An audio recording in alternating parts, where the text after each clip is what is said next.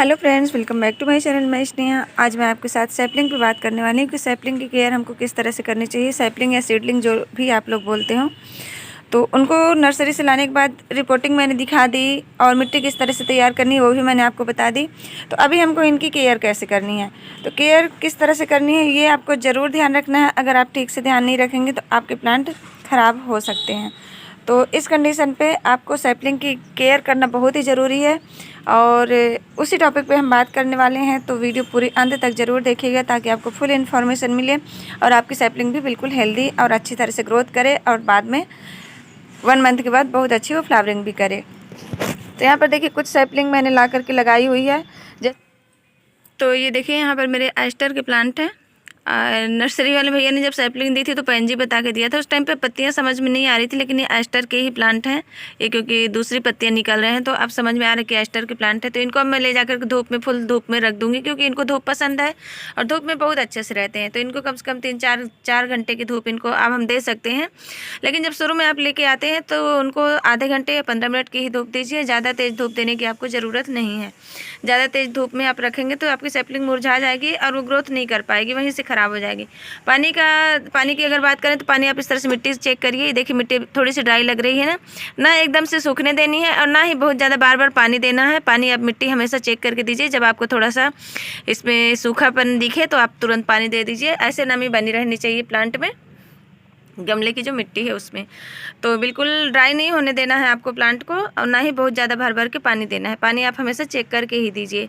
दिन का कोई उसमें वो नहीं रहता कि कितने दिन में देना है, क्योंकि दिन से नहीं पता चलता हमको पानी तभी देना होता है जब गमले की मिट्टी थोड़ी सी ड्राई हो जाती है। मतलब कि थोड़ी सी इस तरह से, जैसे इसको हम पानी गजानिया को दे सकते हैं। देखिए इस तरह से मिट्टी हो गई है, एकदम से ड्राई भी नहीं है और एकदम से गीली भी नहीं है। तो इस कंडीशन में अब पानी हमको इनको दे देना है। तो इतना ही आपको करना है। इतना अगर आप ध्यान रखते हैं तो आपकी सैपलिंग बहुत अच्छे से चलती है। इसके बाद देखिए एक गजानिया का प्लांट है। तो गजानिया का प्लांट लगभग हफ्ते भर से ज़्यादा हो गया इसको छाया में रखे हुए। छाया मतलब कि ऐसी जगह पे रखा है जहाँ सुबह की आधे घंटे 1 घंटे की धूप आती है और एकदम डायरेक्ट सनलाइट नहीं पड़ती थी। तो उस कंडीशन पे आज हम इसको 3rd फ्लोर पे लेके जाने वाले हैं ताकि ये अच्छी वहाँ पे ग्रोथ भी करे। और अब ये सेट हो गया है धूप में रखने के लिए, तो इसको अब हम धूप में रख सकते हैं। इसी तरह से पिटूनिया भी है। आप डायरेक्ट जब लेकर आते हैं पिटूनिया को तो डायरेक्ट उसको सनलाइट में ना रखें। डायरेक्ट सनलाइट पे रखेंगे तो बिल्कुल इसकी पत्तियां एकदम मुरझा करके ख़त्म हो जाता है प्लांट। तो बिल्कुल ला करके सैपलिंग अगर आप लाते हैं छोटे छोटे बेबी प्लांट तो उसको डायरेक्ट सनलाइट में आपको नहीं रखना है। थोड़ी सी 2-3 दिन, मतलब 2-3 दिन क्या, हफ्ते भर लगभग उसको छाया में रखिए। ऐसी जगह पे रखिए जहाँ सुबह के आधे घंटे की 15 मिनट की धूप लगे, उससे ज़्यादा धूप ना लगे। इसी तरह से बिगोनिया के प्लांट हैं, इनको भी आपको डायरेक्ट सनलाइट पे नहीं रखना है, क्योंकि ये भी बहुत ज़्यादा, एक तो धूप इनको पसंद नहीं होती है और डायरेक्ट सनलाइट में आप रख देंगे तो इसकी पत्तियां सारी जल जाएंगी। तो इसलिए इनको भी आपको छाया में ही रखना है। और इम्पेशन के प्लांट हो गए, ये भी छाया में चलने वाले पौधे हैं, तो इनको तो आपको छाया में ही रखना है। हाँ, 1 घंटे आधे घंटे की धूप अगर लगती है प्लांट में तो प्लांट काफ़ी अच्छा हेल्दी रहता है। उसके बाद आपको बहुत ज़्यादा तेज़ धूप में नहीं रखना है। तो कोई भी सैपलिंग आप ला करके लगाते हैं तो उनको सुबह की धूप आपको देनी है लगभग 10 मिनट, 15 मिनट की, 20 मिनट की मुश्किल से, उससे ज़्यादा धूप आपको नहीं देनी है कोई भी सैपलिंग। देखिए ग्लैक्सोनिया का प्लांट है, इसको मैंने अभी छाया में ही रखा है। सिर्फ अच्छी ब्राइट लाइट यहाँ पे आती है, डायरेक्ट धूप नहीं आती है। और वैसे भी ये भी जैसे पैंजी हो गया, बिगोनिया हो गया, उसी तरह से ये भी छाया में रहने वाला पौधा है।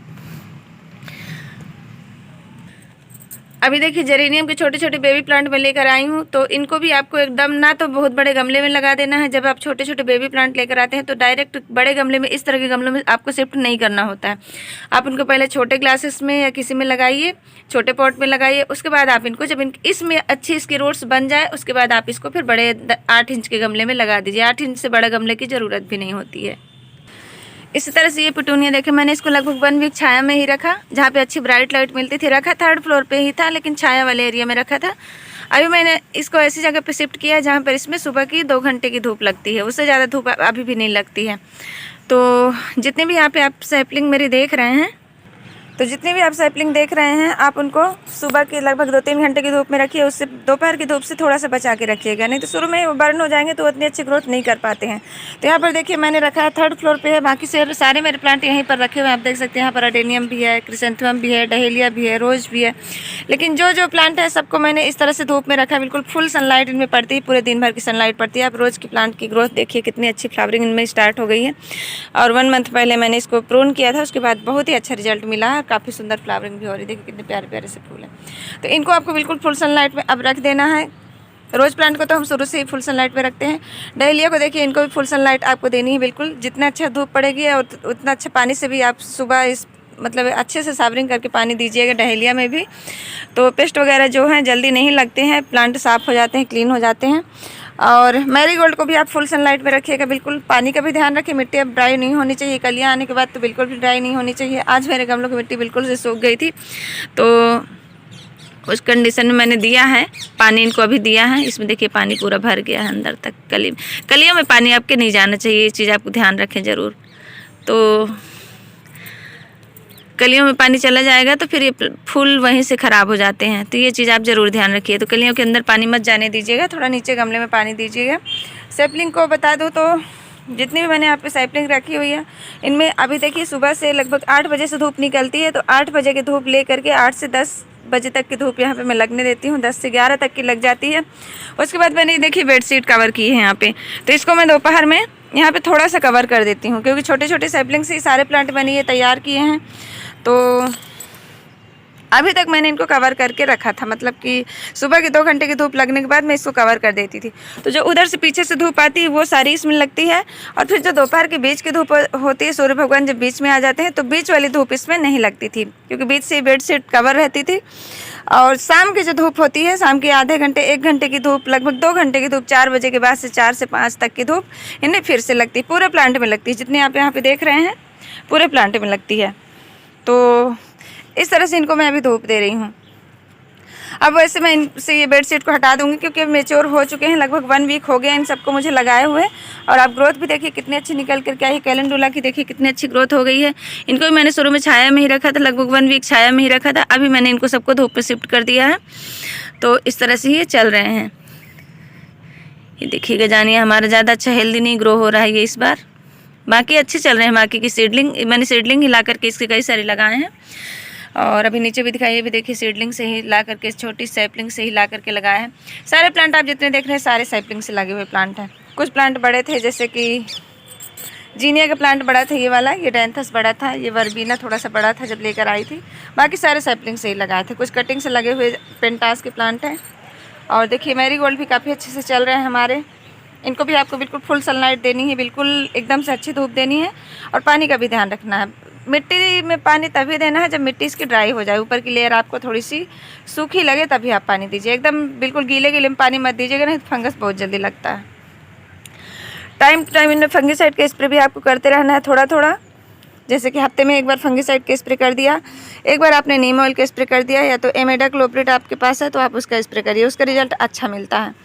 तो मैरीगोल्ड में भी करिए, और साथ में वर्बीना में और साल्विया में। ये देखिए साल्विया में भी वाइट मतलब फंगस की प्रॉब्लम हो जाती है, तो इसमें भी आप इंसेक्टिसाइड और फंगिसाइड का थोड़ा सा स्प्रे बीच बीच में कर दिया करिए।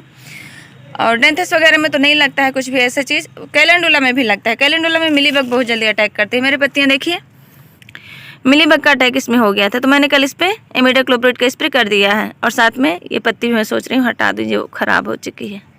ये देखिए इस तरह से पूरी पत्ती कर्ल हो गई थी। तो ये रीज़न मतलब होता है, अगर आपके कैलेंडुला की पत्तियाँ कर्ल हो रही हैं तो आप चेक करिए, उसमें मिलीबग ज़रूर लगा होगा कहीं ना कहीं पे, या तो फिर कोई दूसरा पेस्ट भी लग सकता है। साथ में कैटरपिलर का भी अटैक होता है, तो उसके लिए भी आप नीम ऑयल का स्प्रे भी कर सकते हैं, और या तो फिर आप कोई सा भी कर सकते हैं जो भी आपके पास अवेलेबल हो। ये देखिए मेरे कटिंग से लगा हुआ जीनिया है, कितनी ज़्यादा ब्लूम्स करता है और कितने सुंदर सुंदर इसके फूल आते हैं। ये देखिए सूखे हुए फूलों को आप अगर इस तरह से हटाते रहेंगे तो इसमें नई नई कलियाँ बनती रहेंगी और ढेर सारी फ्लावरिंग भी होती रहेगी। तो काफ़ी अच्छा है, काफ़ी टाइम से खिल रहा है, लगभग 3 महीने से ये फ्लावरिंग कर रहा है। तो कटिंग से भी जीनिया लग जाता है हमारा, तो आप कटिंग से भी इसको लगा सकते हैं। अगर आपके पास नए प्लांट लेकर आते हैं तो एक प्लांट से आप ढेर सारे प्लांट तैयार कर सकते हैं। तो या तो फिर आप इसके पुराने सीड से भी ग्रो कर सकते हैं इसको। तो इसके सीड जो निकलेंगे मैं उसको डाल दूँगी कहीं पर, तो ग्रो हो जाएंगे। उनको भी मैं आपको बता दूँगी किस तरह से ग्रो करना है। तो यही करना है आपको, मतलब एकदम से डायरेक्ट सनलाइट पे नहीं रखना है। साथ में आपको क्या करना है, जो भी प्लांट आप शुरू में लेकर आते हैं उसकी आप एक बार पिंचिंग ज़रूर किया करिए। देखिए यहाँ से पिंच किया था, 4 ब्रांच निकल रही हैं। ये देखिए इन सब की मैंने पिंचिंग की है, नहीं तो सिंगल ब्रांच निकलती है और प्लांट ज़्यादा घना नहीं होता है। अब ये जब एक बार फिर से बढ़ जाएगा तो एक बार फिर से इसकी पिंचिंग कर दूँगी, तो ये काफ़ी ज़्यादा खूबसूरत हो जाए। डेंथस की देखिए मैंने ऊपर से पिंचिंग कर दी है, तो यहाँ से देखिए साइड से कितनी ज़्यादा ब्रांच निकल रही हैं। ये अपने आप पे ही फिर घना हो जाएगा। यहाँ से देखिए कट कर दिया था तो इसमें साइड ब्रांच निकल रही है। और वीड्स वगैरह जो भी आपके गार्डन में उग रही हो उसको हटाते रहिए, क्योंकि पुरानी मिट्टी होती है उसमें वीड्स ग्रो होती ही रहती है, तो उनको आपको टाइम टू टाइम निकालते रहना, नहीं तो बहुत ज़्यादा बड़े हो जाएंगे तो पूरी आपकी सीडलिंग को ख़राब कर देंगे और यही बढ़ जाएंगे, सीडलिंग आपकी दब जाएगी। तो ये चीज़ भी आपको ज़रूर ध्यान रखना है, ये बहुत ही ज़रूरी है जिसको आपको करना ही करना है।